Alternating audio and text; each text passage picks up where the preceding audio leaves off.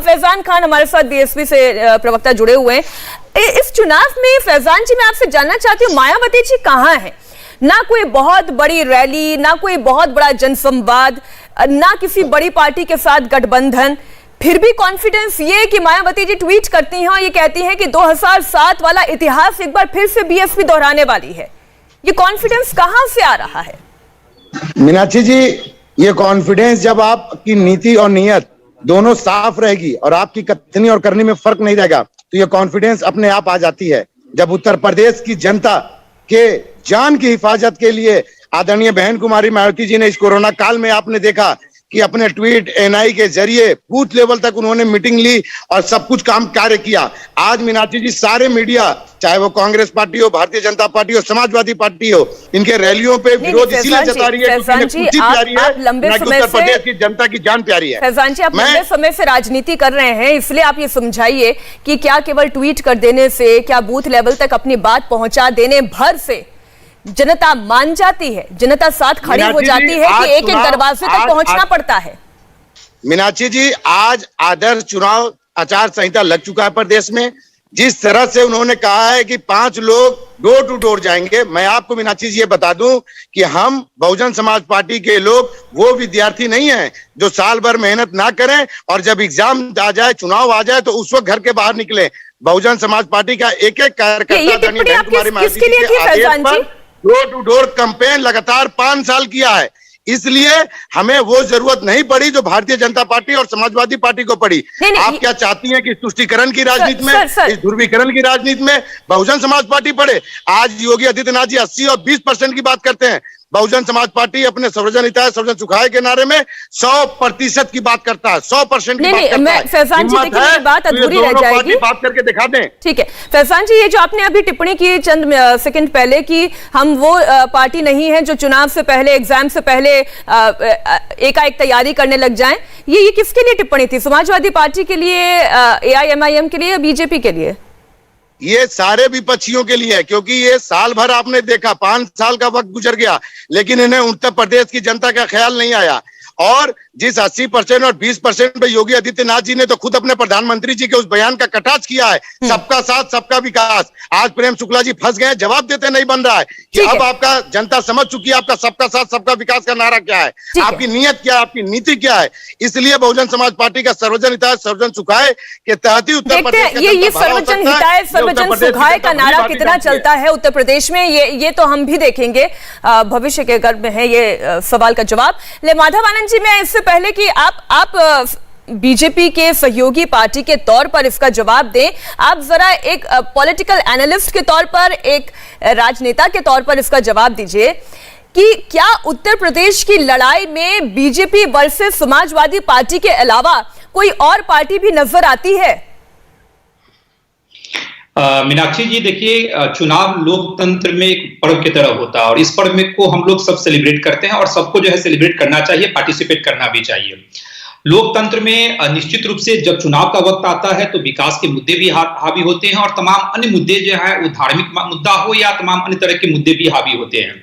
BJP की सरकार ने, जो योगी आदित्यनाथ जी मुख्यमंत्री हैं, जिस तरह उन्होंने डेवलपमेंट का काम किया, डबल इंजन की सरकार है और दोनों जगह अपनी सरकार के कारण जो है इन लोगों ने जो विकास का काम किया है, चाहे आप नोएडा का देख लीजिए या तमाम अन्य जो है जिला का देख लीजिए, यानी आप अनुमान लगाइए उत्तर प्रदेश में सबसे ज्यादा इंटरनेशनल एयरपोर्ट है।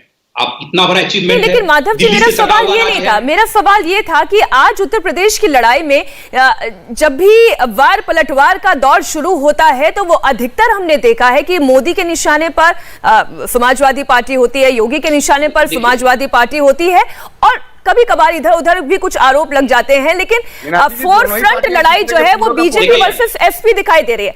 AIMIM, BSP या कांग्रेस कहां खड़ी है? मीनाक्षी मुझे नहीं लगता है ये वन साइडेड लड़ाई है।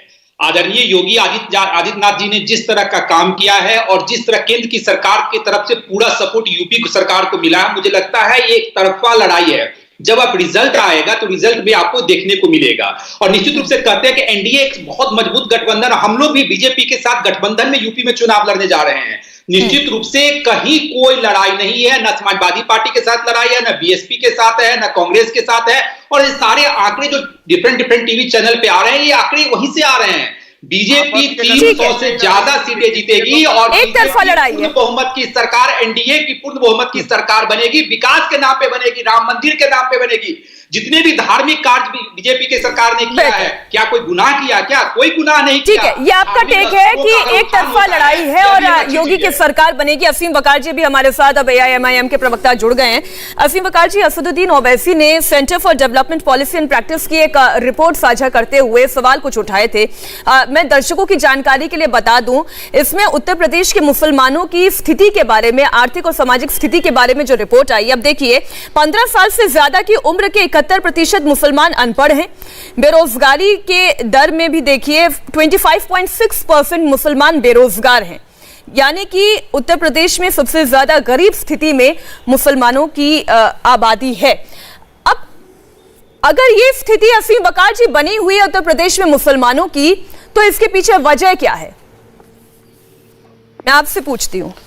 अब इसके पीछे ओवैसी साहब तो वजह नहीं है, MIM भी वजह नहीं है। इसके पीछे तो वजह वो लोग हैं जो सरकारों में लगातार रहे, चाहे वो बहुजन समाज पार्टी की 4 बार की सरकार हो, चाहे समाजवादी पार्टी की 4 बार की सरकार हो, चाहे भारतीय जनता पार्टी की सरकार हो, चाहे आजादी के बाद से लेकर 89 तक लगातार कांग्रेस की सरकार हो। सवाल तो उनसे पूछना है और हम सवाल पूछने वालों में हैं, हम भी पूछ रहे हैं। आपको पता है भारतीय जनता पार्टी का जो इतना सबका साथ सबका विकास का नारा है, इसमें भी आप एक चीज भूल गए। उत्तर प्रदेश में 5 करोड़ के आसपास मुसलमानों की आबादी है और उन 5 करोड़ के मुसलमानों के डेवलपमेंट के लिए जो बजट है, वो फाइनेंशियल बजट जो है वो है 20 करोड़ रुपए लेकर आते हैं। ये देते ही नहीं है, इससे ज्यादा 20 करोड़ का मतलब हो गया 4 रुपए प्रति मुसलमान पर साल। 4 रुपए में एक मुसलमान का एक साल में आप क्या विकास करेंगे? आप किस मुंह से कहते हैं सबका साथ सबका विकास? मुसलमानों की शैक्षिक स्थिति, एजुकेशनली इतने हम बैकवर्ड हो गए हैं कि 43% तो पढ़े लिखे नहीं है, पढ़े ही नहीं है हम। और जो पढ़े लिखे हैं 57%, उनमें भी जो ग्रेजुएट हैं वो 2% भी नहीं है, और स्नातक तो 1% भी नहीं है। एक पोस्ट ग्रेजुएट परास्नातक 57% थोड़े पढ़े लिखे हैं, लेकिन वो भी इतने पढ़े लिखे नहीं है कि उनको कहीं बड़ी नौकरियां मिल जाए। इसके लिए जिम्मेदार कौन है? सवाल पूछना पड़ेगा। ये जो आंकड़ा मैंने बताया, 15 साल से ज्यादा उम्र के 71% मुसलमान अनपढ़ हैं, या जो पढ़े लिखे भी हैं वो प्राइमरी से ज्यादा पढ़े लिखे नहीं है। तो इसलिए देखिए, मैं तो असदुद्दीन ओवैसी ने जो पूरा रिपोर्ट रखी है जनता के सामने, मैं तो उसी को कोट करते हुए ये कह रही हूँ। और ये मैं पूछ भी रही हूँ कि सेक्युलरिज्म के नाम पर आज तक मुसलमान कौम जिन लोगों को वोट करती आई है, क्योंकि मैं मानकर चल रही हूँ उत्तर प्रदेश में यही जगह जगह नुक्कड़ चौराहों पर चर्चा हो रही है कि वोट उसे देना है मुसलमान कौम को जो भारतीय जनता पार्टी को हराए। और अगर ये स्थिति है तो सेक्युलरिज्म के नाम पर आज तक आपका समाज जिसे वोट करता आया है, उसने आपकी स्थिति ये क्यों बनाकर रखी? कौन है वो? क्या वो समाजवादी पार्टी है, बीएसपी है, कांग्रेस है, कौन है? नहीं, मुसलमानों को इतना एजुकेशनली बैकवर्ड कर दिया गया कि उनके सोचने समझने की शक्ति छीन ली गई। उनको लगता है कि बीजेपी को हराना उनका काम है। उनको यह लगता ही नहीं है कि अपने बच्चों को पढ़ाना उनका काम है। उनको नहीं मालूम है कि अपने बच्चों के रोजगार की बात करना उनका काम है। मुसलमानों को यह नहीं लगता है कि उनका पहला फर्ज बीजेपी को हराना नहीं, उनका पहला फर्ज है अपने बच्चों के भविष्य की बात करना। ये उनको इतना एम्प्लॉयमेंट से दूर किया गया, एजुकेशन से दूर किया गया कि उनके सोचने समझने की शक्ति खत्म हो गई। इंडिया टीवी हर वक्त हर जगह डाउनलोड करने के लिए सर्च करें India TV news Google play store या ऐप स्टोर पर।